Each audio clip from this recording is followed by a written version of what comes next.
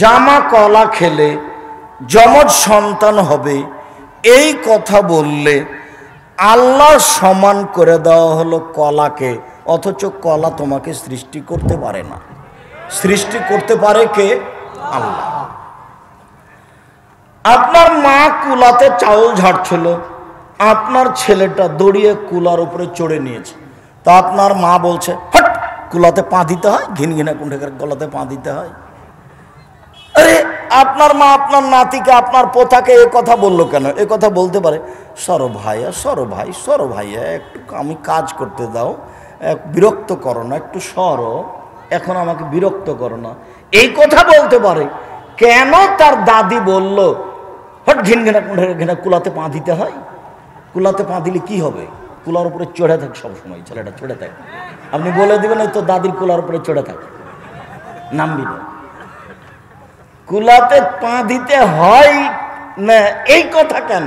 এটার নাম শিরক। দিলে কি হবে? হয় না, এটা হলো শিরক। তুলসী গাছ তোলা যায় না, তুললে কি হবে? এটাই হলো শিরক। হাত থেকে গ্লাস পড়ে গেলে কুটুম্ব আসতে পারে, এবার হিসাব কেন? আসুক, তাতে কি আছে? সূর্য ডুবার সাথে সাথে বাড়িতে ল্যাম্প জ্বালাতে হবে কেন? এটা তো হিন্দুদের কাজ। গরুকে লাথি মারা জানে, এ আবার কোন কথা?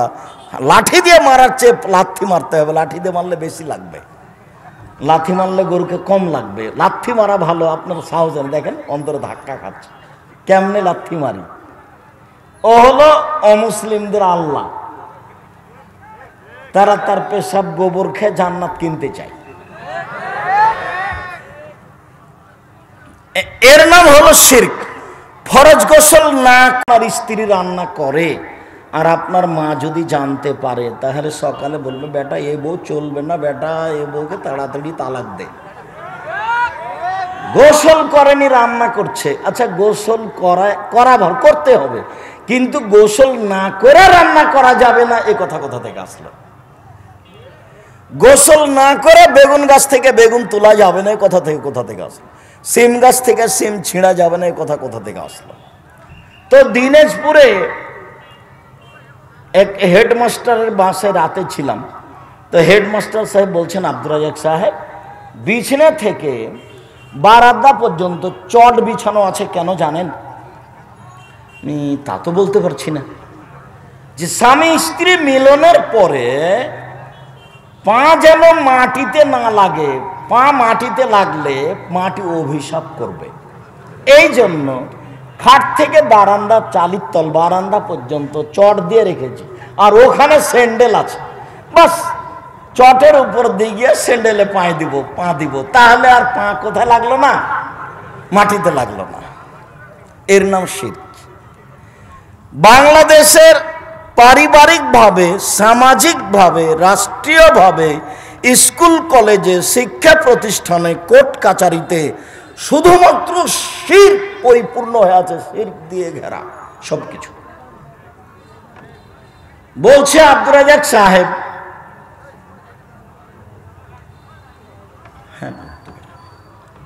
আপনাদের কাছে এরা সহযোগিতা চাচ্ছে, মনে হয় খরচ আছে, তো অবশ্যই আপনাদের কাছে ছেলেরা গেলে সহযোগিতা করবেন, বিরক্তির মধ্যে পড়বেন না, আর কেউ কথা বলবেন না। বলছে আমাকে আব্দুর রাজাক সাহেব, আমার ছেলেটার জন্মের দিনের জন্য তেমন কিছু করব না, একটু খালি আমার বাপ মা চাচা চাচির একটু খাওয়ার ব্যবস্থা করব। তখন আমি বলছি একটু আগের দিন করেন না?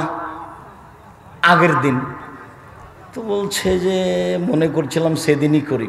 আরে পরের দিন করেন না? মানে আগের দিনও তাকে ভালো লাগে না, পরের দিনও তাকে ভালো লাগে না, এই জন্য দিবসই হারাম। সব শিরক, যত দিবস আছে, মা দিবস, বাপ দিবস, সব শিরক। তো এইবার আল্লাহর সাথে শিরক করা প্রথম পাপ। দ্বিতীয়,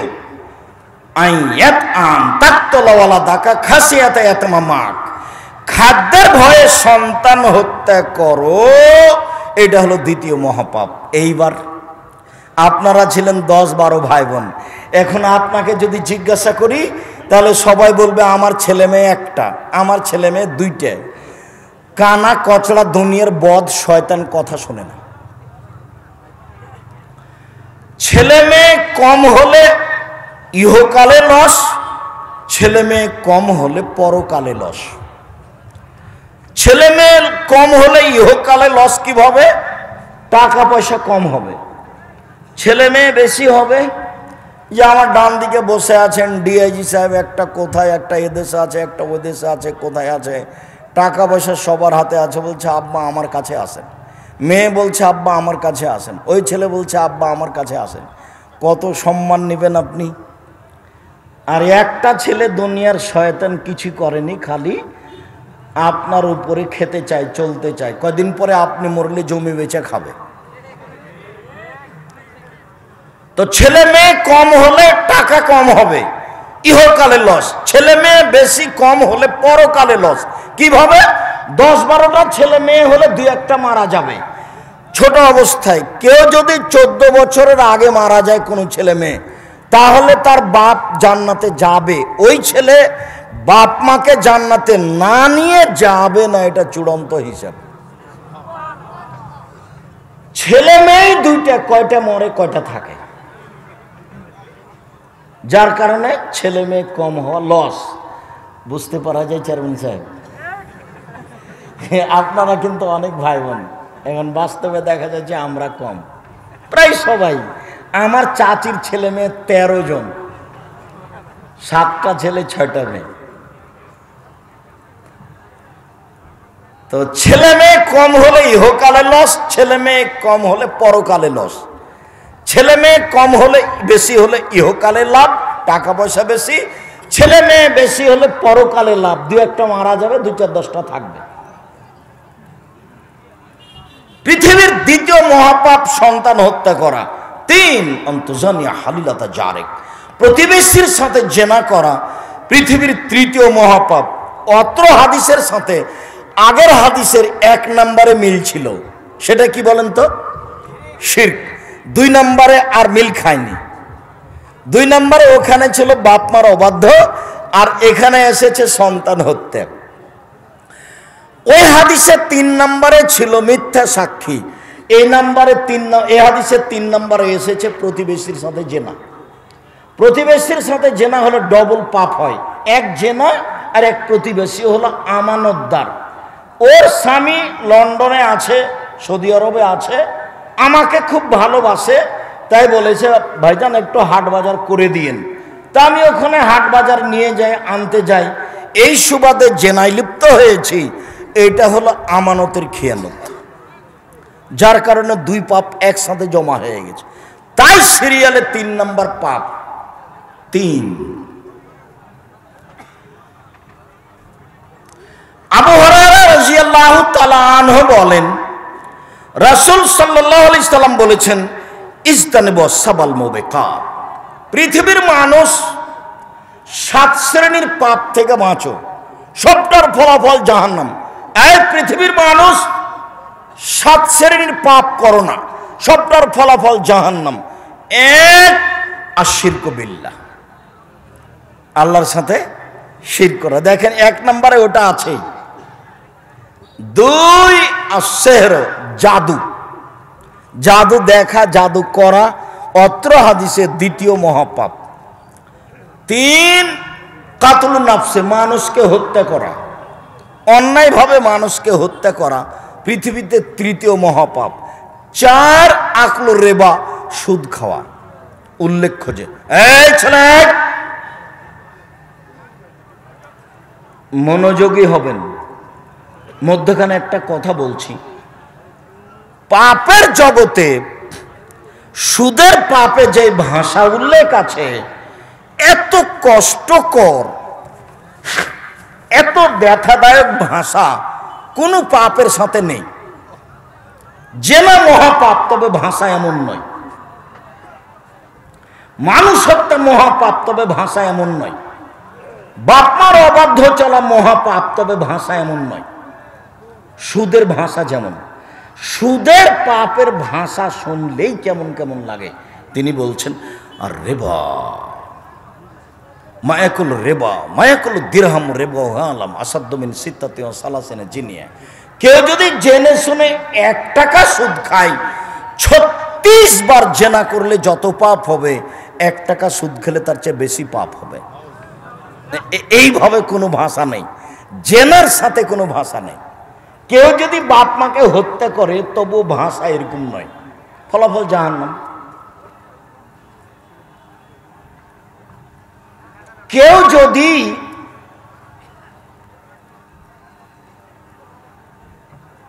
মানুষকে হত্যা করে তো ভাষা এমন নয়, ফলাফল জাহান্নাম।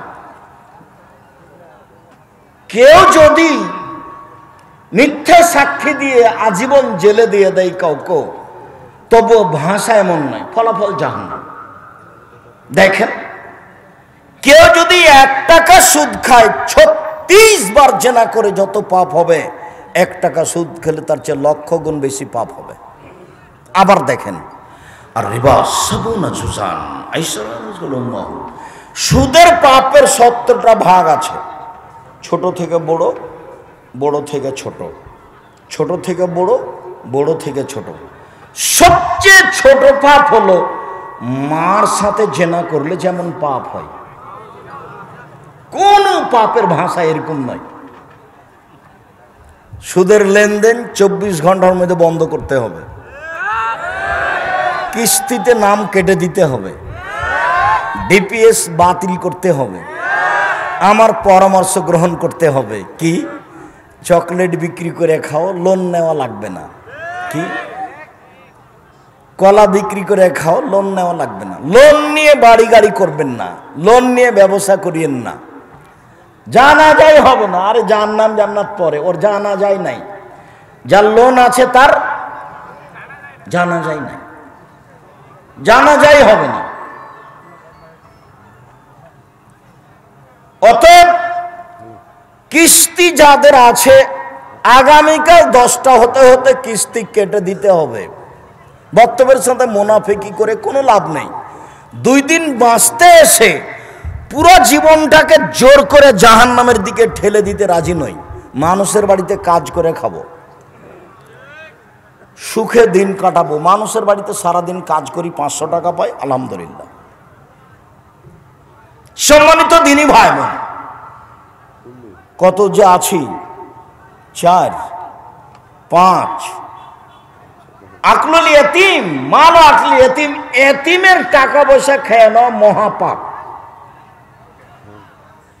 তাওয়াল্লিউল যুদ্ধের মাঠ থেকে পালিয়ে যাওয়া মহাপাপ।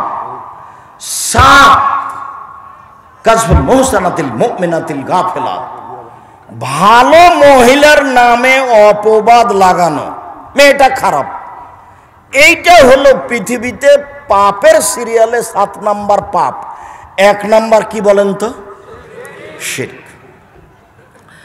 মুআয ইবনে জাবাল রাদিয়াল্লাহু তাআলা আনহু বলেন, আওসানি খলিলি বিআসরে কালেমাত, আমার দোস্ত মুহাম্মদ সাল্লাল্লাহু আলাইহি সাল্লাম 10টি আমাকে উপদেশ দিলেন। 10টি বললেন, মুআয ইবনে জাবাল শোনো, তুমি আমার 10টা কথা মেনে চলো। 1, লা তুশরিক বিল্লাহ ওয়াইন কতালতা ওয়া হুররিকতা, জালেম যদি জুলুম করে, হত্যা করে, নিহত হয়ে যাও, শিরক করো না। জালেম যদি জুলুম করে আগুনে জ্বালিয়ে দেয়, জ্বলে যাও, শিরক করো না। মুআয, শিরক করো না, জ্বলে যাও, যাও, নিহত হও, শিরক করো না। 1 নম্বরে। 2, এবার বাপ মা চলে আসলো আবার 2 নম্বরে। ওলা তাওয়াক্কালনা ওয়ালিদাইকা আন তাখরুজা মিন আহলিকা ওয়া মালিকা, তোমার বাপ মা যদি বউ তালাক দিতে বলে, দিয়ে দাও। তোমার বাপ মা যদি চাকরি ছেড়ে দিতে বলে, ছেড়ে দাও। আহাল পরিবার ছেড়ে দিতে বললে ছেড়ে দাও। টাকা পয়সা চাকরি বাকরি ছেড়ে দিতে বললে ছেড়ে দাও। পরামর্শ দিতে পারেন, আম্মা দেখেন, আপনি বললে আমি এই মেয়েকে তালাক দিব, তাতে কোনো সমস্যা নেই, যা হবে হবে, কিন্তু আরেকটা আসলে ভালো হবে কি না, এটা তো নিশ্চিত বলতে পারছি না। মর্মে একে নিয়ে চললে মনে হয় ভালো হয় নাকি, পরামর্শ দেওয়া যায়। কিন্তু মা যেটা বলছে সেটা করলে এটাই। আল্লাহর নবী বলছেন, বাপ মা যদি বউ তালাক দিতে বলে দাও, বাপ মা যদি চাকরি ব্যবসা ছেড়ে দিতে বলে দাও। এটা হলো 2 নম্বর কথা। 3, ওয়ালা তাতরুকুনা সালাতান মাকতুবাতান ফামান তারাকা সালাতান মাকতুবাতান ফাকাদ বারিয়াত মিনাজ জিম্মাতুল্লাহ। কখনো ফরজ সালাত ছাড়ো না। কেউ যদি ফরজ সালাত ছেড়ে দেয় তাহলে আল্লাহ তাকে দেখেন না, যা মর না হয় বাঁচ, তার সাথে আসে যায় না। এটা আল্লাহ বলেন। তো এই যে থাকছে খাচ্ছে কোনো সমস্যা হয় না, যে হিন্দুও তো থাকছে খাচ্ছে কোনো সমস্যা হয় না। আমি নামাজ পড়ি না ভালো থাকছি, এর অর্থ আমি ভালো নই। নামাজ না পড়েও বহু অমুসলিম দুনিয়াতে আছে, থাকছে, থাকবে। যারা আল্লাহর সাথে শিরক করছে, ইহুদি খ্রিস্টান, বলছে যে ঈসা আল্লাহর বেটা, বলছে যে মারিয়াম আল্লাহর স্ত্রী। কত বড় খারাপ কথা। এরপরও তারা আছে দুনিয়াতে। তো কিছু দুনিয়াতে করে নেওয়ার অর্থ আল্লাহ তাকে ভালোবাসে, এই কথা নয়। আল্লাহর নবী বলছেন, কেউ যদি ফরজ সালাত ছেড়ে দেয় তারা আল্লাহ তাকে বলেন, যা তোর সাথে আর আমার কোনো ভালো মন্দ নেই। 3, ইয়াকুল মাসিয়াতা ফাইন্না বিল মাসিয়াতা হাল্লা সাকাতুল্লাহ। সাবধান, পাপ করবেন না। পাপ যদি করেন তাহলে উপর থেকে বিপদ নেমে আসবে। 1, ব্যবসাটা মার খাবে। পাপ যদি থাকে তাহলে ব্যবসা মার খাবে। 2, জমি জায়গা মানুষ দখল করে নিবে। 3, ছেলে জেলে চলে যাবে। 4, সমাজে হইচই বেঁধে যাবে। 5, কেউ ভালোবাসবে না। যত সমস্যা আছে দুনিয়াতে সব আপনার উপরে নেমে আসবে। কিসের কারণে? পাপের কারণে। খুব সাবধান। আপনি বুঝতে পারছেন না ব্যবসা মায়ের খেলো কেন? পাপ কোথাও আছে। এই ছেলে,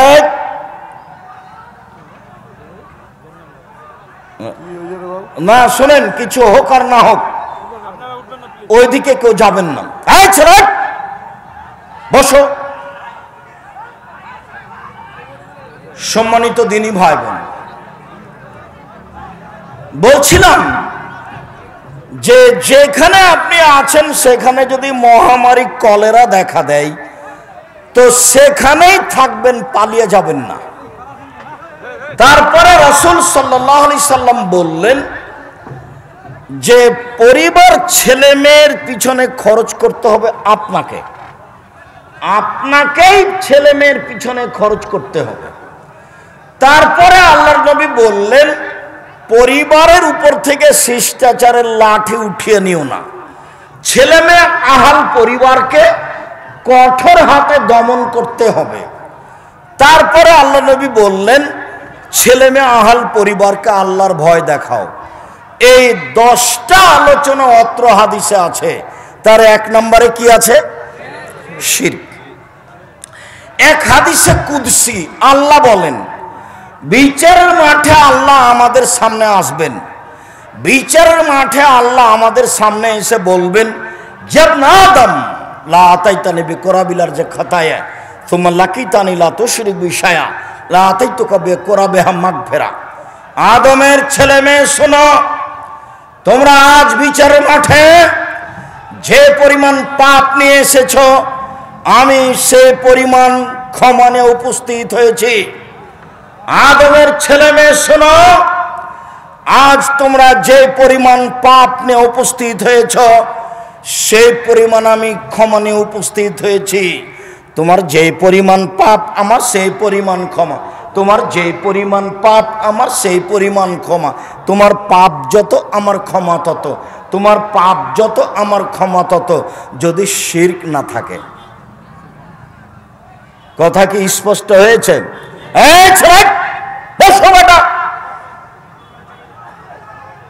পা নড়াবা না। তোমাকে যেন আমি নড়াচড়া করতে না দেখি, তুমি যেন বসে থাকবে পাথর হয়ে, পাখি যেন তোমাকে মনে করে পাথর। কথার সাথে বেয়াদবি করে দেখাবেন না কিছু। আপনাকে পরিবেশ কন্ট্রোল করতে হবে না, পরিবেশ কন্ট্রোলের জন্য লোক আছে। ওই দিকে নিয়ে যান দিয়ে সমস্যা দেখেন, আপনারা একবারে পাথরের মতো বসে থাকবেন, আমার কথাই ফলো হবে। এখন আমার কথাই ফলো হবে, বক্তব্যের সাথে মুনাফিক করবেন না কেউ। সম্মানিত দিনী ভাই বোন, এখন পর্যন্ত শিরক মহাপাপ এটা বুঝতে পেরেছি। এবার আলোচনা করি শিরক কিভাবে হয়। এক, আল্লাহ রাসূল একটা লোকের হাতে দেখলেন তামার বালা, এই যে রাবার থাকে না, এখন ঘড়ি সিস্টেম বালা নাই, এরকম একটা তামার বালা দেখে বলছেন, মহাজি এটা কি? তখন লোকটি বলছে, হাজি মিনাল না, আমার শরীরে দুর্বলতা আছে তো, আমার হাত ব্যথা করে তো, সেই জন্য আমি বালাটা দিয়েছি, তামার বালা। তখন আল্লাহ রাসূল বলছেন, ইনজেহা, তামার বালা খুলে ফেলো, আইন মুক্তাওয়াহে আলাইকা, তুমি যদি মারা যাও আর এই বালা যদি তোমার হাতে থেকে যায় তাহলে ফলাফল জাহান্নাম। উপস্থিত পুরুষ নারী সবাইকেই বলছি, আপনার হাতে যদি রাবার বালা থাকে এখন, যদি সুতা বাঁধা থাকে এখন, ঘড়ি সিস্টেম বালা থাকে এখন, এখনই খুলে দিতে হবে। মরলে জান্নাত, থাকা অবস্থায় মারা গেলে জাহান্নাম। খোলাখুলি সিদ্ধান্ত, নতুনভাবে বুঝার কোনো সুযোগ নেই। অষ্টাধাতুর আংটি যদি হাতে থাকে, আজমির শরীফ থেকে দিয়েছে, খুলে ফেলতে হবে। একটা আংটি, একটা অষ্টাধাতুর আংটি 1 সেকেন্ড রাখা যাবে না, 1 সেকেন্ড, এই মুহূর্তেই খুলে দিতে হবে। যদি তোমার হাতে এখনো থেকে যায়, সত্যই তুমি মুনাফিক, তুমি আসলেই বক্তব্যের সাথে মুনাফিক করো। শোনো, জাতির যদি রাস্তাঘাট করে দিতে না পারি, জাতির যদি স্কুল কলেজ করে দিতে না পারি, জাতিকে চূড়ান্ত সঠিক ধর্ম দিতে পারবো ইনশাআল্লাহ। ধর্মের ব্যাপারে জাতিকে ফাঁকি দিয়ে পরকাল হারাতে রাজি নই, এ কথাই চূড়ান্ত। হাতে যদি অষ্টাধাতুর আংটি থাকে, মারা যান, ফলাফল জাহান্নাম। এই বাক্যের সাথে কোনো আপোষ নাই কিয়ামত পর্যন্ত। আব্দুল্লাহ ইবনে মাসউদ রাদিয়াল্লাহু তাআলা আনহু বলেন, রাসূল সাল্লাল্লাহু আলাইহি সাল্লাম বলেছেন, ইন্নার রুকা ওয়াত তামাইম ওয়াত তাওয়ালা শিরকুন, নিশ্চয় ঝাড়ফুঁক করা শিরক, মাদুলি ব্যবহার করা শিরক, স্বামী স্ত্রীর মধ্যে ভালোবাসা সৃষ্টি করা শিরক। পেপার পত্রিকায় দেখা যায়, অমুক মহিলার কাছে গেলে মনের মানুষ পাওয়া যায়। পেপার পত্রিকায় দেখা যায়, অমুক মহিলা পুরুষের কাছে গেলে স্বামী স্ত্রীর মধ্যে ভালোবাসা হয়। আল্লাহ বলছেন, ওয়াজালনা বাইনাকুম মাওয়াদাতা ওয়া রাহমা, যেদিন বিবাহ পড়ানো হয়েছে সেদিন আমি আল্লাহ ওদের দুইজনের মাঝে ভালোবাসা সৃষ্টি করেছি। একজন আর একজনের পোশাক করে দিয়েছি, জীবনের চেয়ে ভালোবাসে একজন আর একজনকে। স্বামী স্ত্রী পরস্পরের নাম ভালোবাসা, একজন আর একজনের পোশাক, চলতে ফিরতে একজন আর একজনের সহযোগিতাই থাকে। আর বাপ মা হলেন শ্রদ্ধার মানুষ, শ্রদ্ধা। কি করতে হবে আব্বা আম্মা, কি করতে বলেন, আমি প্রস্তুত আছি। শ্রদ্ধা। আব্দুর সাহেব, আপনাকে কোথায় আনতে যেতে হবে বলেন, যেখানে আনতে যেতে হবে সেখানেই যাব। এটা কি? শ্রদ্ধা। সম্মানিত দিনী ভাই বোন, কেন জানি একটা কথা আঘাত কাটছে বারবার। ঠাকুরগাঁও জেলার বিবাহ পড়ানোর পদ্ধতি কিন্তু নাজায়েজ, হারাম। বিবাহ পড়ানোর পদ্ধতি এটা চলবে না। গাইবান্ধা জেলার কাছাকাছি হতে পারে। কেন? রংপুর, দিনাজপুর, লালমনিরহাট, নীলফামারী, কুড়িগ্রাম, পঞ্চগড়, ঠাকুরগাঁও সব একই হবে বিবাহ পড়ানোর পদ্ধতি বলে আমার অনুমান। বৈঠকে বসে আছে বরটা, কেবলার দিকে মুখ করে মুখে রুমাল দিয়ে, ও নাকি কথা বলতে পাবে না, বললে নাকি ও বেয়াদব। তো রংপুর অন্তর্গত গাইবান্ধা জেলা, যেহেতু আমার শ্বশুরবাড়ি গাইবান্ধা গোবিন্দগঞ্জ, আমিও কোনো একদিন বিবাহের বৈঠকে বর হিসেবে বসেছিলাম। তা আমি মোহরের কথা বলেছি, তেমনি একবারে আমার স্ত্রীর যেটা মামা আব্দুল্লাহর যেটা নানা অর্থাৎ নানির ভাই, একবারে বৈঠকে লাফ দিয়ে উঠেছে, উঠে বলছে বিবাহ তুলে দাও, বিবাহ তুলে দাও। বাড়িতে গিয়ে বলছে বিবাহ পড়ানো হবে না, বর কেন কথা বলে, হইচই করে একবারে বাড়ি থেকে রাগ করে বের হয়ে চলে গেছে। তো বিবাহ পড়ানোর পদ্ধতি, 8-10 জন চ্যাংড়া ছুল্লু সব আরো হুজুর যায় মেয়েটার কাছে। মেয়েটার কাছে গিয়ে বলে অমুক নিবাসী অমুক, এত টাকা নগদ, এত টাকা বাকি, তোমাকে বিবাহ করতে এসেছে, তুমি তাকে স্বামী সত্ত্বে কবুল করো। ও তখন বলে যে কবুল করলাম, 3 বার বলাই। তারপরে বিবাহের বৈঠকে আসে, বর বসে আছে, আরও সবাই বসে আছে, এসে সালাম দিয়ে দাঁড়ায়। তখন বসে থাকা লোকগুলি বলে আপনারা কে? তখন এরা বলে আমরা এ বিবাহের উকিল। মেয়ে কবুল করেছে? জি হ্যাঁ কবুল করেছে। আপনারা শুনেছেন? জি শুনেছি। তখন বলে বসেন। তখন বসে, মনে হচ্ছে এক পাগলামি কারবার, হিন্দুদের বিবাহ লেগেছে, কলার গাছের চতুর্দিকে ঘুরে, একবারে নগদ মিথ্যে। মেয়ের কাছে বিবাহ পড়ানোর কোনো সুযোগ নেই। আগে আরবি খুতবা হবে, তারপরে মেয়ের বাপ বলবে, বরকে সামনে রেখে 2 জন সাক্ষী সামনে রেখে। কাজী সাহেবের কাছে খাতাতে 4 জন সাক্ষী আছে, 4 জন সাক্ষী না যায়। 4 জন সাক্ষী কোথায় লাগে বলো তো? জেনায়। তো এটা কি জেনার বৈঠক? তো 4 জন সাক্ষী কেন? এটা একটা দ্বীনি ব্যাপার, এখানে 2 জন সাক্ষী লাগবে। আল্লাহ নবী বলছেন লা নিকাহ ইল্লা বিওয়ালিন, বাপ ছাড়া বিবাহ হয় না। লা নিকাহ ইল্লা বিশাহিদাইনি, 2 জন সাক্ষী ছাড়া বিবাহ হয় না। মুহাম্মদ সাল্লাল্লাহু আলাইহি সাল্লাম বলছেন 2 জন সাক্ষী, আর কাজী সাহেবের খাতা বলছে 4 জন সাক্ষী। শরীয়তে এটা নয়। খুতবা আগে হবে, তারপরে মেয়ের বাপ বলবে আমার মেয়ে খালেদা এত নগদ এত বাকিতে তোমার সাথে বিবাহ বন্ধনে আবদ্ধ হতে রাজি, তুমি তাকে স্ত্রী হিসাবে কবুল করো। বর তখন বলবে কবুল করলাম। 2 জন সাক্ষী শুনবে, এর নাম বিবাহ। গুরুত্বপূর্ণ কথা হিসেবে 3 বার বলা যায় আমার মেয়ে খালেদা এত নগদ এত বাকিতে তোমার সাথে বিবাহ বন্ধনে আবদ্ধ হতে রাজি, তুমি তাকে স্ত্রী হিসাবে কবুল করো। ও বলবে কবুল করলাম। আমার মেয়ে খালেদা এত নগদ এত বাকিতে তোমার সাথে বিবাহ বন্ধনে আবদ্ধ হতে রাজি, তুমি তাকে স্ত্রী হিসাবে কবুল করো। ও বলবে কবুল করলাম। এরপরে বারাকাল্লাহু লাকা আলাইকা জামা বাইনাকুমা ফি খাইরিন। এরপরে বৈঠক শেষের দোয়া। দুয়ার শেষে বরটা লাভ দিয়ে বলছে আপনারা অলিমার দাওয়াত। আরে অলিমা তো হবে বাসর রাতের পরে। অলিমা কখন হবে? বাসর রাতের পরে। এখন যে বলছে অলিমার দাওয়াত, এক বিবাহের সাথে যে কত বেদাত আছে, এক ঈদের মাঠে যে কত বেদাত আছে, এক রমজান মাসে যে কত বেদাত আছে, একবারে মনের ইয়াতে সাদ করে বলে নিচ্ছে। আর ইফতার সাহারির খাওয়ার 5 মিনিট আছে, আপনারা তাড়াতাড়ি সাহারি খান, মা বোনেরা আপনারা উঠুন। আর কে যে কি করছে, গাজাল পড়ছে। যদি উমর রাদিয়াল্লাহু আনহু বেঁচে থাকতেন সবার আজীবন জেল হতো। উমর রাদিয়াল্লাহু আনহু বেঁচে না থাকার কারণে সবাই পাপ করার সুযোগ পেয়েছে, মুখ খুলতে পাবে না, শুধু আজান, শুধু আজান। কোরআন মাজিদ পড়তে পাবে না, গাজাল পড়তে পাবে না, বলতে পাবে না।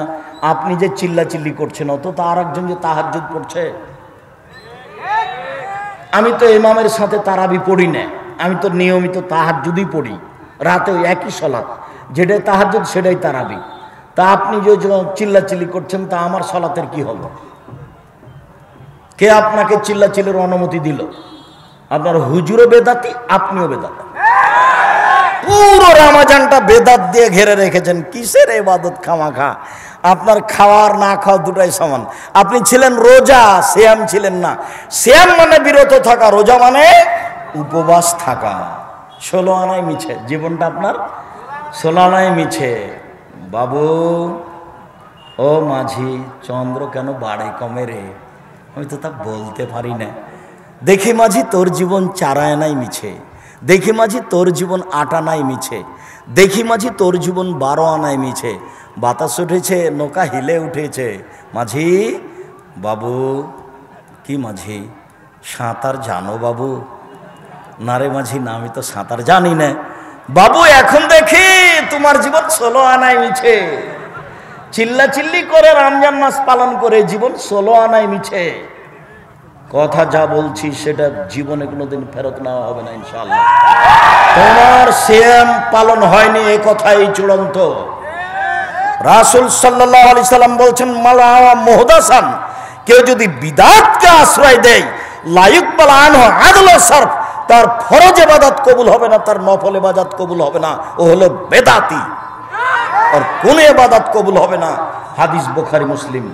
মুখ খোলার আগে আগে দেখতে হবে আমার কথা রাসূলের সাথে মিল খায় কিনা। সালাম তো ছিল এরকম, আসসালামু আলাইকুম। তালুর সাথে তালু, 2 হাত পৃথক হলো, সব পাপ ক্ষমা। হাদিস সহিহ, হাদিস আবু দাউদ। তা আপনি আসসালামু আলাইকুম, আরো পিছনে লেগেছে আর একটা, 1 2 3 বুকে, 4 এরকম, 5 এরকম, 6 পায়ে। কত যে সালাম আছে, একটাও চলবে না। রাসূলকে অপমান করে ইবাদত করে কোনো লাভ নেই। আসনাই ঘোষণা দিয়েছি, আমি আব্দুর রাজ্জাক বিন ইউসুফ, কারো যদি করোনা হয়ে থাকে আমি তার সাথে একসাথে 1 প্লেটে খাবো। কেউ যদি করোনায় মারা যায় আমি তার জানাজা দেব, গোসল দেব, কাফন দাফন করব। এতে যদি আমারও করোনা হয় তাহলে আমি বলবো পৃথিবী সৃষ্টির 50,000 বছর পূর্বে আমার ভাগ্যে লেখা হয়েছিল করোনা, তাই আজকে হয়েছে। আমি তার গায়ে হাত দিয়েছি, সেই জন্য করোনা হয়েছে। এই কথা আমি আব্দুর রাজ্জাক বিন ইউসুফ বিশ্বাস করি না। অল্প দিন বাঁচতে এসে শিরক করে মরতে রাজি নই। আমি 3 ফুট পর পর দাঁড়াতে রাজি নই। আজ থেকে কিয়ামত পর্যন্ত যদি কাবা ঘরে আর কেউ পাশাপাশি না দাঁড়ায়, তবে আমি আব্দুর রাজ্জাক বিন ইউসুফ পাশাপাশি দাঁড়ানোরই চেষ্টা করব। 3 ফুট দূরে দাঁড়িয়ে করোনা থেকে আমি বাঁচতে রাজি নই। প্রয়োজনে একাই বাড়িতে সালাত আদায় করব, কিন্তু পদ্ধতি পরিবর্তন করতে পারি না। মাস্ক এখন লাগাবো, এই যে ধুলাবালি উঠছে জীবনে আছে, সেই জন্য করোনা থেকে বাঁচার জন্য মাস্ক আমি আব্দুর রাজ্জাক বিন ইউসুফ লাগাবো না। আমিও দিয়ে ভাগ্য বাড়াতে রাজি নই। আমাকে করোনা হবে না, যদি হয় তাহলে বুঝবো এটা 50,000 বছর আগে লেখা হয়েছিল পৃথিবী সৃষ্টির। যদি সতর্কতায় বাঁচা যেত তাহলে যমুনা ফিউচার পার্কের মালিক করোনায় মারা যেত না। যারা দেশের পানি খায় না, দেশের পানি খায় না, ওরা এদেশের পানি খায় না, বাহির থেকে পানি নিয়ে আসা খায়। টাকার অভাব নেই, ভুল হিসেব। বিমানবালায় মেয়েটা বলছে মাস্ক লাগান, ধৈর্য ধারণ করো। মাস্ক লাগান, ধৈর্য ধারণ করো। মাস্ক লাগান, ধৈর্য ধারণ করো।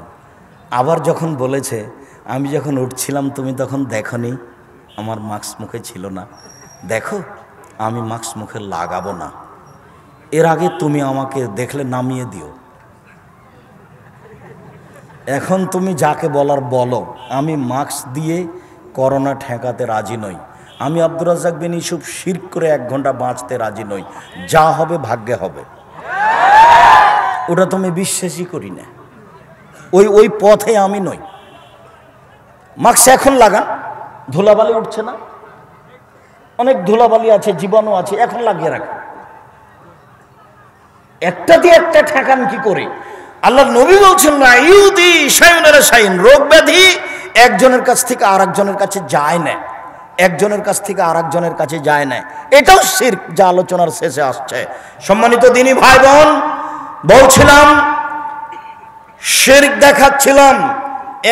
1 মাদুলি ঝুলানো শিরক, 2 স্বামী স্ত্রীর মধ্যে ভালোবাসা সৃষ্টি করা শিরক, 3 ঝাড়ফুঁক করা শিরক। তবে কোরআন মাজিদের আয়াত পড়ে ঝাড়ফুঁক করা যায়, তবে হাদিসের দোয়া পড়ে ঝাড়ফুঁক করা যায়। শিরকি কথা দিয়ে ঝাড়ফুঁক করা যায় না।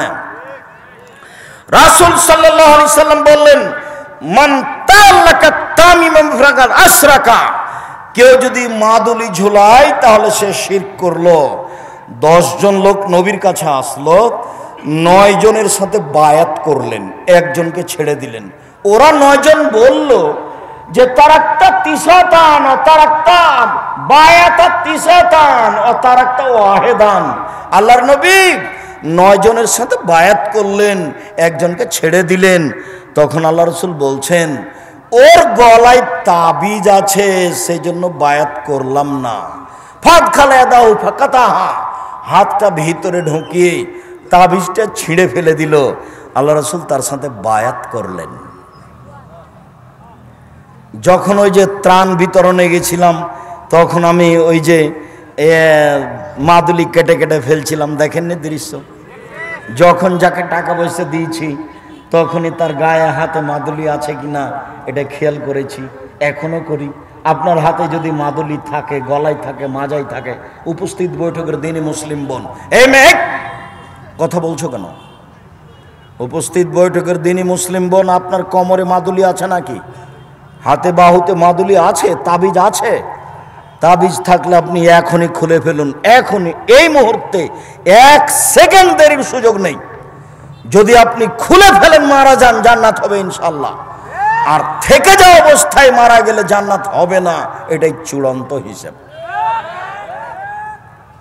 সাফিয়া রাদিয়াল্লাহু তাআলা আনহা বলেন, মান আতারাফান ফাসালাহু আন শাইইন, কে যদি কোনো গণকের কাছে যায়, গণককে কোনো বিষয়ে জিজ্ঞাসা করে, লা তুকবালু সালাতুন 40 লাইলা, 40 দিন তার নামাজ কবুল হবে না। কেউ যদি গণকের কাছে যায় কিছু জিজ্ঞাসা করে, দেখুন তো ভাই আমার টাকাটা হারিয়ে গেছে, কে নিয়েছে, তার সালাত কবুল হবে না কতদিন? 40 দিন। রাসূল সাল্লাল্লাহু আলাইহি সাল্লাম বলেন, মান আতারাফান ফাসাদ্দাকা বিমা কালা, গণকের কথা যদিও বিশ্বাস করে, ফাকাদ কাফারা বিমা উনজিলা আলা মুহাম্মদ, তাহলে সে কোরআন মাজিদকে অস্বীকার করল। এবার আপনার কাছাকাছি বাড়িতে চলে আসি, আপনার ঘরে প্রবেশের জন্য যাচ্ছে, দেখেন ওয়াকেদ আল-লাইসি রাদিয়াল্লাহু তাআলা আনহু বলেন, আল্লাহর নবী হুনাইনের যুদ্ধে গেলেন, তো একটা গাছের পাশ দিয়ে যাচ্ছিলেন, ইউকালালাহ জাত আনোয়াতিন, সেই গাছের নাম হলো জাত আনোয়াত। এই যে একটা গাছ, সেই গাছটার নাম হলো জাত আনোয়াত। মুশরিকেরা তাদের তরবারি সেই গাছে ঝুলাতো, তারা মনে করতে এতে সুবিধা হবে। তখন সাহাবীগণ বললেন, আল্লাহর নবী, ইজাল্লানা জাত আনোয়াতিন কামালাহুম জাত আনোয়াত, আপনি আমাদের জন্য একটা এরকম গাছ করে দেন না, আমরা সেখানে তরবারি ঝুলাবো। এরা যেমন তরবারি ঝুলাচ্ছে, আমরাও তেমন তরবারি ঝুলাবো। তখন আল্লাহ রাসূলের উত্তরটা শোনেন তো, আমার দিকে চেয়ে থাকবেন, এই ছেলে বসো, তুমি কোনো কাজ দেখাচ্ছ আমাকে? তুমি আমার চেয়ে বেশি ক্লান্ত। আপনার তো একটা ইতস্তবোধ থাকতে হবে, আমি তো ক্লান্ত, আমি তো আপনার বিরক্তির আগেই কথা শেষ করব। কাজে দয়া করে আপনি আমাকে কোনো কাজ দেখাবেন না, বিনীত অনুরোধ, আপনি কাজ আমাকে দেখিয়ে পরিবেশ নষ্ট করবেন না। সাহাবীগণ বললেন, একটা গাছ আমাদের জন্য করে দেন, ওদের যেমন গাছ আছে। তখন আল্লাহ রাসূল প্রথমে বলছেন, সুবহানাল্লাহ, হায় হায় হায় হায়, এটা কি কোনো কথা হলো? সুবহানাল্লাহ, হাযা কালা কওমে মুসা, আরে এটা তো মুসার সম্প্রদায় যা বলেছিল সেটাই হয়ে গেল। মুসা আলাইহিস সালামের সম্প্রদায় বলেছিল, ইজাল্লানা ইলাহান কামালাহুমা আলাইহা, মুসা আপনি আমাদের একটা মাবুদ করে দেন, যেমন ভাবে ইহুদি খ্রিস্টানদের অনেক মাবুদ আছে। ভারতে আছে সরস্বতী, ভগবতী, কালী, দুর্গা। সৌদি আরবে আছে লাত, মানাত, উজ্জা। আগে ছিল ইয়াউক, এগুস, নাসর। এরকম ভাবে চিরদিন মানুষ মূর্তি পূজা করেছে। তা আপনি মুসা আলাইহিস সালাম আপনি একজন নবী, আমাদের জন্য একটা মাবুদ করে দেন, ওদের জন্য যেমন মাবুদ আছে। ছি ছি ছি ছি ছি, তোমরা একটা গাছের দাবি করে মুসা আলাইহিস সালামের সম্প্রদায় যা করেছিল তাই করেছ, এটা কথা হলো? আমার কাছে একটা গাছের দাবি করলে কেন? গাছের দাবি কেন করলেন? তরবারিটা ওখানে ঝুলিয়ে রাখবেন, তাহলে জয়ী হবে, এইটুকু সুবিধে। এই হাদিস দিয়ে কে বড় ক্ষতিগ্রস্ত বয়ে এদেশে যত সুবিধা নেওয়া আছে সবকে শিরক বলা আছে। এটা দিয়ে বলা আছে জন্মদিবস শিরক। আগের দিন আপনি কেন খানা পানি করবেন না? গাছে তরবারি ঝুলালে কি হবে? গাছে তরবারি ঝুলানো আল্লাহ রাসূল নিষেধ করলেন কেন? সবারই এরকম মাবুদ ছিল, কিছু সুবিধা নিত।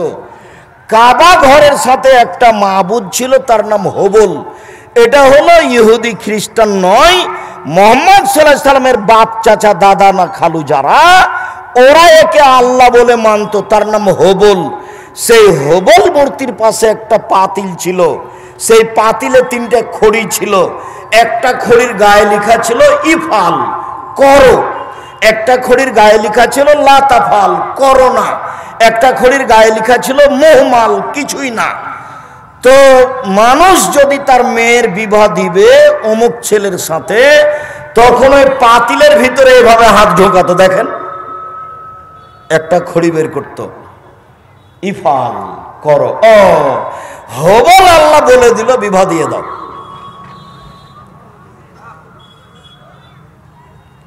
লা তাফাল, করো না। হবল আল্লাহ বলে দিল বিবাহ দিতে হবে না। এই বিশ্বাসে চলে আসছিল। বিশ্বাস, তারই নাম আকীদা, বিশ্বাস। মূর্তির সামনে কলা দেওয়া হয়েছে, জিলাপি দেওয়া হয়েছে, তারাও জানে যে খেতে পারবে না, তবুও করছে কেন? তার নাম বিশ্বাস, তার নাম আকীদা, তার নাম বিশ্বাস।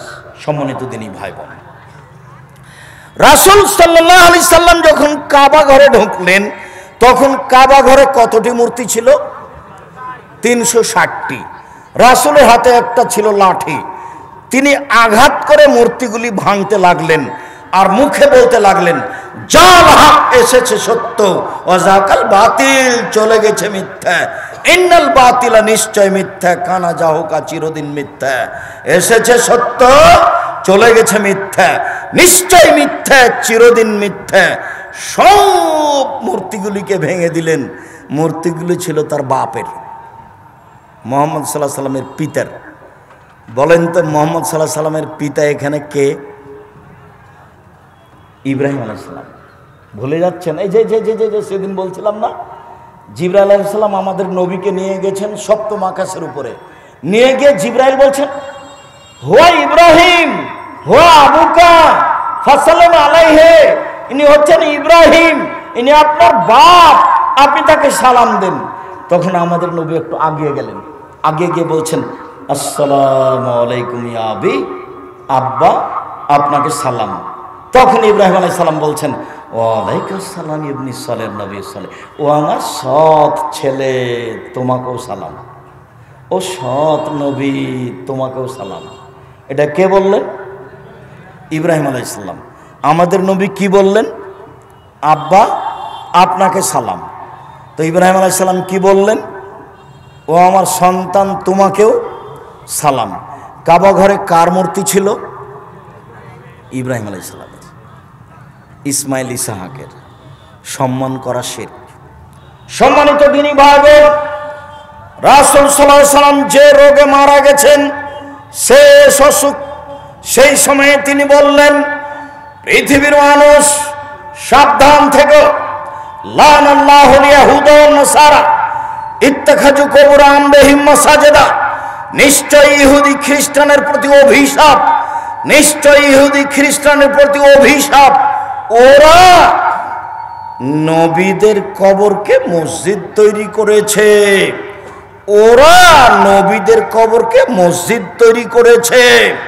রাসূল সাল্লাল্লাহু আলাইহি সাল্লাম বললেন, লা তাজালু কাবরি ওয়াসানা, পৃথিবীর মানুষ আমার কবরটাকে ইবাদতের জায়গা করো না। পৃথিবীর মানুষ, আমার কবরটাকে ইবাদতের জায়গা করো না। ইন্নাল্লাহ ইয়াগযিবু আলা কওমিন, নিশ্চয় আল্লাহ ওই জাতির উপরে রাগান্বিত হন যে জাতি কবরে মসজিদ তৈরি করে। মসজিদের সাথে কবরের কোনো সম্পর্ক নেই। আল্লাহ রাসূল বললেন, লা তুসাল্লু আলাইহি ওয়ালা ইলাইহি ওয়ালা বাইনাহুমা, কবরের উপরে সালাত আদায় করো না, কবরের দিকে সালাত আদায় করো না, কবরের পাশে সালাত আদায় করো না। মসজিদের ডানে কবর চলবে না, বামে চলবে না, সামনে চলবে না, পিছনে চলবে না, মসজিদের ভিতরে কবর চলবে না। এই মসজিদ সরাতে হবে, এ কথাই ঠিক। যারা এগুলো করে তারা শিরক করে। কবরস্থানে যাওয়া শিরক, কবরের কাছে কিছু চাওয়া শিরক, কবরকে মূল্যায়ন করা শিরক, পীরের কাছে কিছু চাওয়া শিরক, কবরে মানত মানা শিরক। এগুলো হচ্ছে বড় বড় শিরক। সম্মানিত দিনী ভাই বোন, বলছিলাম আমি আর আজকে বিদাতের আলোচনা করলাম না, তবে এতটুক মনে রাখতে বলছি আপনাকে, সেদিন যে ঈদের সালাতে গিয়ে যা করেছেন এগুলো সব বিদাত। রমজান মাসে যা করেছেন এগুলো সব বিদাত। একটা মানুষ মারা গেলে ওই মমর্ষ থেকে যা করছেন সবই বিদাত। একটু খেয়াল করেন তো, 1 মিনিট বলি। লোকটা মরে মরে জান যায় যায়, লোকটা মরে মরে জান যায় যায়, কি করতে হবে বলেন তো? লাক্কিনু মাউতাকুম লা ইলাহা ইল্লাল্লাহ। ওর পাশে সূরা ইয়াসিন পড়া বিদাত, কোরআন মাজিদ পড়া বিদাত। কোরআন মাজিদ পড়ে তার কিছু উপকার করতে পারবেন না, সূরা ইয়াসিন পড়ে তার কিছু উপকার করতে পারবেন না। আপনি পাশে বলছেন লা ইলাহা ইল্লাল্লাহ, সেও যদি কোনো সময় মুখ দিয়ে লা ইলাহা ইল্লাল্লাহ বলে তাহলে সে জান্নাতে চলে গেছে। আল্লাহ রাসূল বলছেন, মান কানা আখিরু কালামি লা ইলাহা ইল্লাল্লাহ ফাদাখাল জান্নাহ। মানুষের জীবনের শেষ কথা যদি লা ইলাহা ইল্লাল্লাহ হয় তাহলে সে জান্নাতে চলে গেছে। এবার লোকটা মারা গেছে, সাদা কাপড় দিয়ে ঢেকে দেন। আপনি তাড়াতাড়ি কেবলামুখী করলেন কেন? সাদা কাপড় দিয়ে ঢেকে দিতে এটা হলো সুন্নাত, কেবলামুখী করা এটা হলো বিদাত। 3, অজু দিয়ে গোসল দিতে হবে। অজুর অঙ্গগুলি আগে ধুইতে হবে, কুলি থেকে নিয়ে, নাকে পানি দেওয়া থেকে নিয়ে, হাত থেকে নিয়ে, মুখ থেকে নিয়ে, মাথা থেকে নিয়ে অজু করার পরে গোসল দিতে হবে। অজু করিয়ে গোসল দেন। পেট চেপে পেশাব পায়খানা বের করলেন কেন? এরই নাম বিদাত। উঠিয়ে বসিয়ে পেশাব পায়খানা বের করলেন কেন? এরই নাম বিদাত। এখন নখ কাটলেন কেন? এরই নাম বিদাত। নখ বড় রাখতে পাবে না কেউ। উপস্থিত বৈঠকের মুসলিম বোন, মেয়ে শোনো, তোমার হাতে নখ বড় কেন দেখো তো? তোমার বাপ নেই? তোমার হাতে নখগুলো বড় বড় কেন? নবীগণের বৈশিষ্ট্য 10টি। নবীগণের বৈশিষ্ট্য 10টি। কয়টি? 10টি। 1, দাড়ি বড় করতে হবে। 2, মোচ কেটে ফেলতে হবে, চাঁচা যাবে না, মোচ কেটে ফেলতে হবে। 3, অজু গোসলের সময়তে গিরাগুলি ভালো করে ধুইতে হবে। 4, পেশাব করার পরে পানি দিয়ে পবিত্রতা অর্জন করতে হবে, নইলে ঢেল। 40 কদম হাঁটা যাবে না ঢেল নিয়ে, খক খক করে কাশা যাবে না ঢেল নিয়ে, পায়ের উপরে পা উঠানো যাবে না ঢেল নিয়ে। পেশাব করে পানি দিয়ে পবিত্রতা অর্জন করতে হবে। বগলের লোম উঠিয়ে ফেলতে হবে, নারী পুরুষ একই হুকুম। বগলে ব্লেড ব্যবহার করা যাবে না। নিচের লোম পরিষ্কার করতে হবে, নারী পুরুষ ঊর্ধ্বে টাইম 40 দিন, যেভাবে সম্ভব, যা দিয়ে সম্ভব, তবে 40 দিন নারী পুরুষ একই হুকুম। নখ কেটে ফেলতে হবে, কাজফুল আসফার। শুক্রবারের দিন, বৃহস্পতির দিনে হিসাব করতে হবে একটুকু বড় হয় না যেন। মেয়েদের নখ বড় আছে, আপনার মেয়ে এই শিক্ষিতা মেয়ে নয়, এ হচ্ছে বন্য বর্বর অশিক্ষিতা মেয়ে। নখে নেইল পালিশ দিতে পাবে না মেয়েরা। নখে নেইল পালিশ দেওয়া ইহুদি খ্রিস্টানদের পতিতালয়ের মেয়েদের বৈশিষ্ট্য। নখে নেইল পালিশ দেওয়া কার বৈশিষ্ট্য? ইহুদি খ্রিস্টানদের পতিতালয়ের মেয়েদের বৈশিষ্ট্য নখে নেইল পালিশ দেওয়া। মহিলারা হাতে মেহেদি দিবে, হাতের নখে তো দিবেই, পায়ের নখও দিতে হবে। মহিলারা হাতের নখে এবং পায়ের নখে মেহেদি দিতে বাধ্য, দিতেই হবে। একজন মহিলা আল্লাহ রাসূলের কাছে একটা পত্র দিয়েছিল। তা আল্লাহ রাসূল পত্রটা নেওয়ার পরে বলছেন, কি ব্যাপার, এই হাতটা পুরুষের না মহিলার? পুরুষের যদি হয় তাহলে মেহেদি নেই, ভালো কথা। মহিলার যদি হয় তাহলে মেহেদি নাই কেন? মহিলার হাতে মেহেদি ছিল না, তিনি নিন্দা করলেন। তার মানে মহিলারা হাতের নখে পায়ের নখে মেহেদি দিতে বাধ্য, দিতেই হবে। মহিলারা এমন কিছু মুখে হাতে লাগাবে যা দেখতে পাওয়া যায়, গন্ধ পাওয়া যায় না, যা দেখতে পাওয়া যায়, গন্ধ পাওয়া যায় না। বিউটি পার্লারে তারা ঢুকতে পাবে না, ঢোকা নিষেধ। ওখানে ভুরু তুলে চিকন করা হারাম, ওখানে দাঁত ছিলে চিকন করা হারাম। তবে বিউটি পার্লারে যা কিছু পাওয়া যায় সেগুলি মহিলারা মুখে হাতে লাগাতে পারে। ওরা এমন কিছু লাগাবে যা দেখতে পাওয়া যায়, গন্ধ পাওয়া যায় না।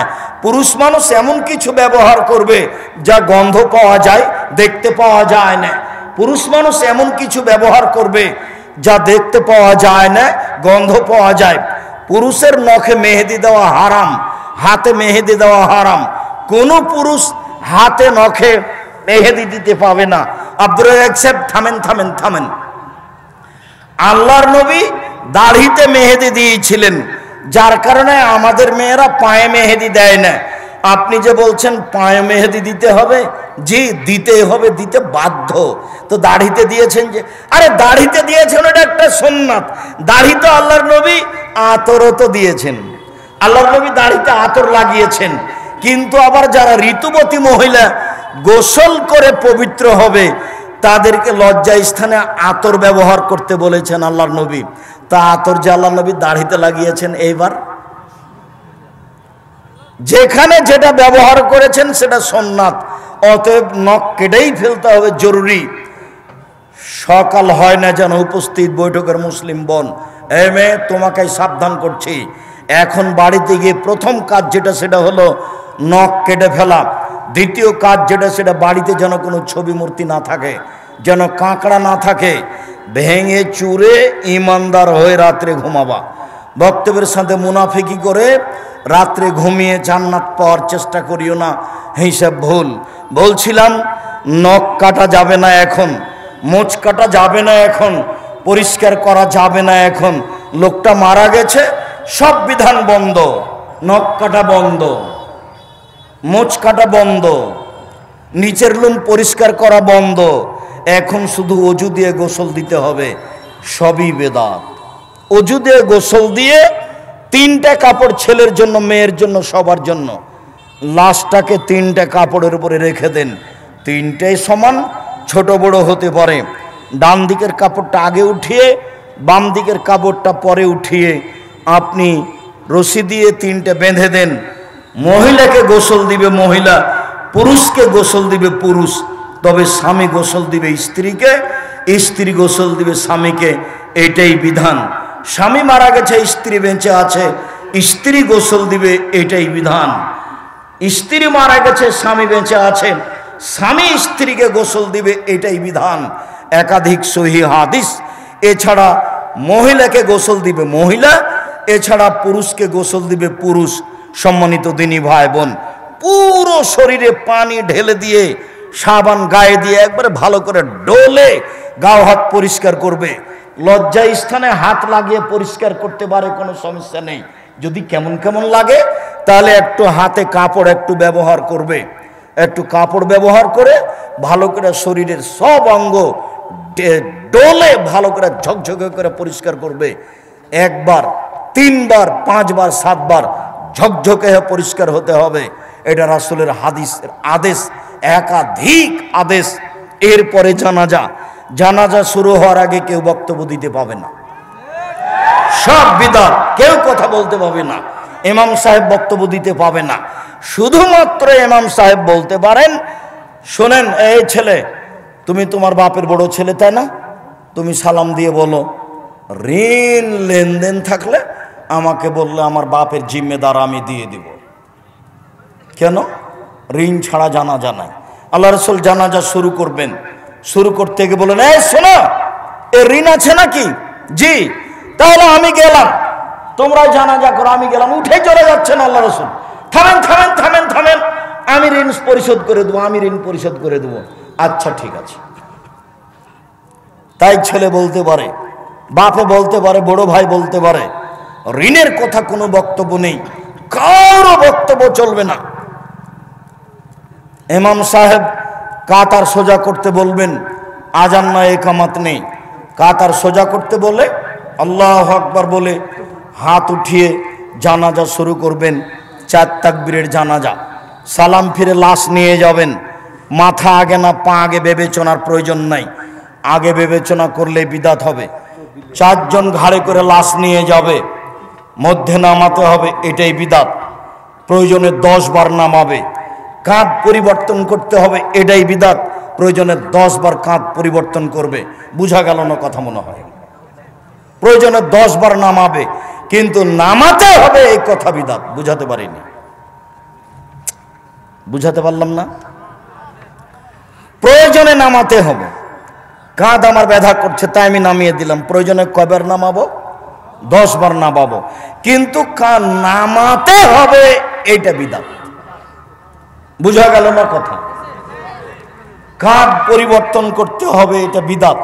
প্রয়োজনে 10 বার কাঁধ পরিবর্তন করব, কিন্তু পরিবর্তন করতে হবে, এটা বিদাত। যেমন ভাবে ইতিকাফ কোনো মহল্লাতে যদি না করে তাহলে মহল্লাবাসী পাপী হবে, এই কথা মিথ্যে। তাই তারা একজন মওলানাকে অমুক গ্রাম থেকে ধরে নিয়ে এসেছে, ধরে নিয়ে বলছে আমাদের মহল্লাতে একটু ইতিকাফ করে আমাদের বাঁচান। একবারে নগদ মিথ্যা কথা। লোকটাকে কবরে নামাতে হবে, বিসমিল্লাহ ওয়ালা মিল্লাতে রাসূলিল্লাহ সাল্লাল্লাহু আলাইহি সাল্লাম। ডান কাতে রাখতে হবে, গোটাটাই ডান কাতে একবারে অলের সাথে লাগিয়ে দিয়ে মুখখান কেবলার দিকে মুখ করে দেওয়া বিদাত। পুরোটা লাগিয়ে দিতে হবে কেবলামুখী করে। 3 অঞ্জলি মাটি দিতে হবে। ভর্তি হয়ে গেছে, আটা মাটি লাগবে না, বাড়ি চলে যান, ডবল নেকি পাবেন। মানুষ বেশি তাই ডালিতে করে মাটি নিয়ে সবার হাতে ছয়ে নিল, এটা হলো বিদাত। এবার কবরের চতুর্দিকে 4টা খড়ি পুঁতে দিলেন, খেজুর ডাল, এটা হলো বিদাত। কুকুরে ক্ষতি করতে পারে, যে কোনো মূল্যে তাকে আটকে রাখার চেষ্টা করেন, জাল টাল কিছু দেন, সেটা ভিন্ন কথা। মাটি ভালো, কোনো সমস্যা নেই, তবু আপনি পানি ঢাললেন, এটা হলো বিদাত। চতুর্দিকে দাঁড়িয়ে সবাই মিলে দোয়া করলেন, এটা হলো বিদাত। 40 দিনের দিন খাওয়ালেন, এটা হলো শিরক ও বেদাত। সম্মানিত দিনী ভাই বোন, এক জানাজাকে লক্ষ্য করে 241টা বেদাত আছে, বই পুস্তকে দেখুন। আজকের জন্য এই পর্যন্ত আলোচনা করে আমি আপনাদের জন্য আন্তরিকভাবে দোয়া করি, আল্লাহ আপনাদের যারা মারা গেছে তুমি তাদের কবরের শাস্তি মাফ করো। এই ছেলে থামো, দোয়া পড়ি। যারা আমরা অসুস্থ আল্লাহ তুমি তাদের আরোগ্য দাও, যারা আমরা বেঁচে আছি তুমি তাদেরকে তোমার রাসূলের পদ্ধতি অনুযায়ী চলার তৌফিক দান করো। আজকের আলোচনা মেনে চলার তৌফিক দান করো। এ দাবি, এ দেওয়া, এ দোয়া তোমার দরবারে রেখে আজকের আলোচনা এখানে শেষ করলাম। সুবহানাকাল্লাহুম্মা ওয়া বিহামদিকা আশহাদু আল্লা ইলাহা ইল্লা আনতা আস্তাগফিরুকা ওয়া আতুবু ইলাইক। আসসালামু আলাইকুম। কয়েকটা জিজ্ঞাসা, ছাগল, গরু বা অন্যান্য প্রাণীর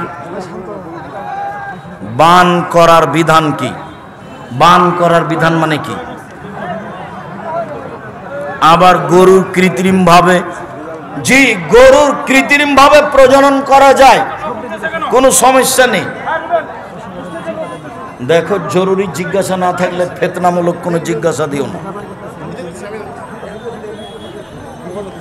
খালাতো ভাইয়ের মেয়েকে বিয়ে করা যাবে? খালাতো বোনকেই তো যায়, তো খালাতো ভাইয়ের মেয়েকে বিবাহ করা যাবে না কেন? খুব যাবে, কোনো সমস্যা নেই। যাক, সুন্দর স্টেজে কেউ যেন না ওঠে। সৌন্দর্য বৃদ্ধির জন্য ঘাড় বাবরি চুল রাখা যাবে কি? না, ঘাড়ের উপরে রাখতে হবে। জানাজার সালাতে সূরা ফাতিহার পরিবর্তে সানা পড়া যাবে কি? যাবে না, সানা নেই। আল্লাহু আকবার বলে, আউযু বিল্লাহ, বিসমিল্লাহ বলে সূরা ফাতিহা, বিসমিল্লাহ বললে অন্য সূরা। ঈদের সালাত 6 তাকবীরে আদায় করা যাবে কি? হাদিস নেই।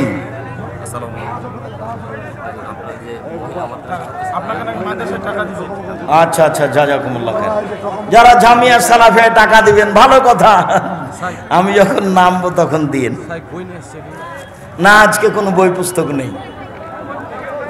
আমরা পঞ্চম শ্রেণীর নবম শ্রেণীর পাঠ্য বইয়ে পড়েছি আল্লাহ নিরাকার। আল্লাহর আকার আকৃতি আছে, নিরাকার নন। নিরাকার কথা মিথ্যা। আসসালামু আলাইকুম ওয়া রাহমাতুল্লাহ। ওস্তাদ, আমার একটা অনুরোধ, আপনি যখন কোনো হাদিস বলবেন তখন হাদিসের নাম এবং হাদিসের নাম্বার, না হাদিসের নাম্বার আমি বলি না। প্রিয় শায়েখ, আসসালামু আলাইকুম। আমি 5 ওয়াক্ত নামাজ পড়ি, কিন্তু দাড়ি রাখতে পারছি না। রাখতেই হবে যে কোনো মূল্যে।